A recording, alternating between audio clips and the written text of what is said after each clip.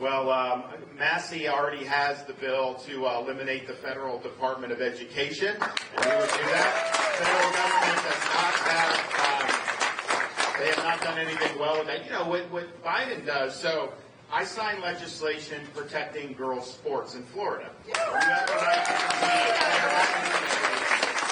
I mean, this idea, you know, we had one of the track runners from Connecticut come down. She's running, and like the top 3 people were biological boys.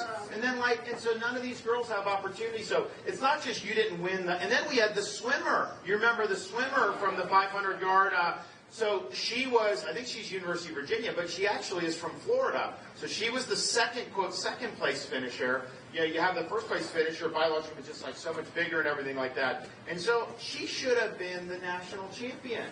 I did a proclamation in Florida recognizing her as the top women's 500-yard, I think it was freestyle swimmer in the country. And because it was true, she was. But and it's important. You think about that, which is important. But then you also, it's not just who wins the championship. You know, there may be 8 swimmers who make the final. So whoever's the 9th swimmer would have been in the finals. Like, who knows what would have happened, right, if they could get in. So it has hugely negative impacts. And like, we have 2 young girls. And, you know, they're actually both pretty good athletes, but, you know, whatever they want to do is fine.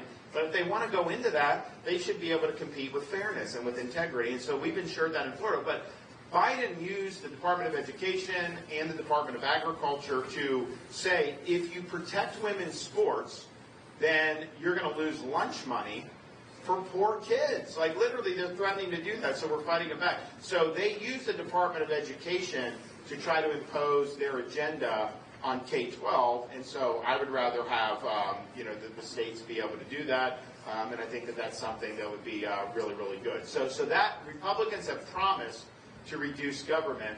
This is an agency that has failed the public. It came in the late 70s. It has not made education better. I think we all know that. What makes education better is what we did in Florida, protecting parents' rights, getting the indoctrination out of the schools, universal school choice. That's how you improve education. That's not what the federal department wants to do. I mean, I might add just one thing there. I also have the bill to get rid of the United Nations. I know the governor supports it as well. But we'll defund the United Nations, absolutely. But the other thing is on this is like compare and contrast the governor with the former governor of South Carolina on the issues he was just describing, right? When he was going after Disney, Governor Haley said, hey, Disney, come on up to South Carolina. Well, Governor Haley had a bill on her desk to end boys being able to go into girls' bathrooms in schools.